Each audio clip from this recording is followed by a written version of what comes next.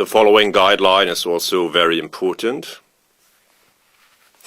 It is not important what is exchanged. Important is what remains on the board. And of course, you should always make sure that the situation after the exchange of pieces is better for you, or at least not worse than it was before. Levon Aronian, Hikaru Nakamura, Tal Memorial 2012, white to move. Okay, white is better. His king is more active, his rook is more active. He has a very strong centralized knight and an extra pawn and two connected pass pawns. So white, it somehow must be winning. But how to convert? And here indeed with the minor pieces, it is not so easy to break black's resistance. So Aronian took the right decision from a practical point of view to exchange his octopus knight. Because here it cannot really be said if the knight is better than the bishop or whatever important is. And here it is not so easy to break the resistance, as the bishop is quite a good defender. While after the exchange it is clear that this rook ending is won.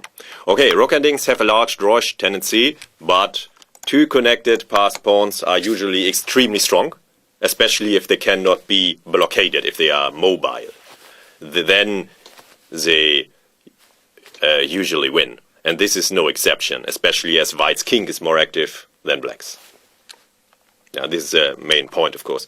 Aronian somehow knew that he exchanged into a winning rook endgame. And this is also, of course, some kind of race, and white has a head start in the race. Okay, then this has not so much to do anymore with the right exchange, but nevertheless, it is a lesson in rook endings, so we should follow here. Yeah, okay, the rook belongs behind the pass pawn, but this is a slightly dangerous guideline. Here it is valid, but yeah, as we will see in the game, the rook can also be used in another way. So this is a slightly dangerous guideline. Don't use it too automatically. But here, of course, it makes sense.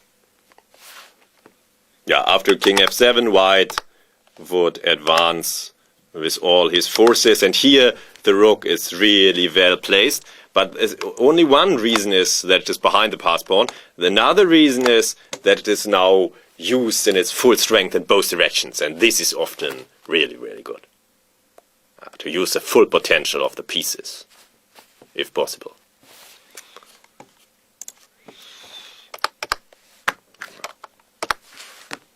And after rook f1, yeah, of course, attacker doesn't exchange attacking potential, or the side with the material advantage, the side wanting to win, should preserve the winning potential.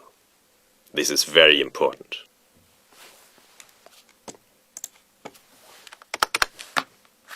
Yeah, and now Aronian changes the direction of his rook. Now the rook is not used behind the pass pawn, but if it advances, then the rook is used like this, and white wins.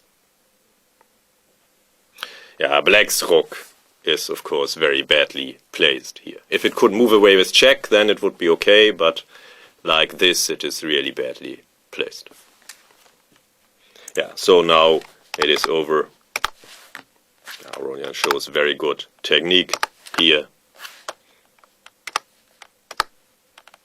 And so Nakamura resigned. And again, important is that the rook is used in two directions. This is often very, very good.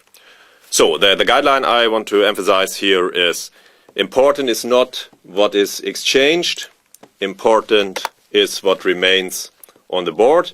And here it is not important if the knight e5 is stronger than the bishop a2 or the other way round, or if they are of equal strength or whatever. This doesn't matter at all. Important is that the resulting rook endgame is won for white, and so Aronian, of course, shows this simplification. But don't simplify just because the complexity is reduced and then there are less pieces on the board and you can blunder not so many pieces. This is very bad. Just do it like this. Make sure that you profit more from the exchange than your opponent.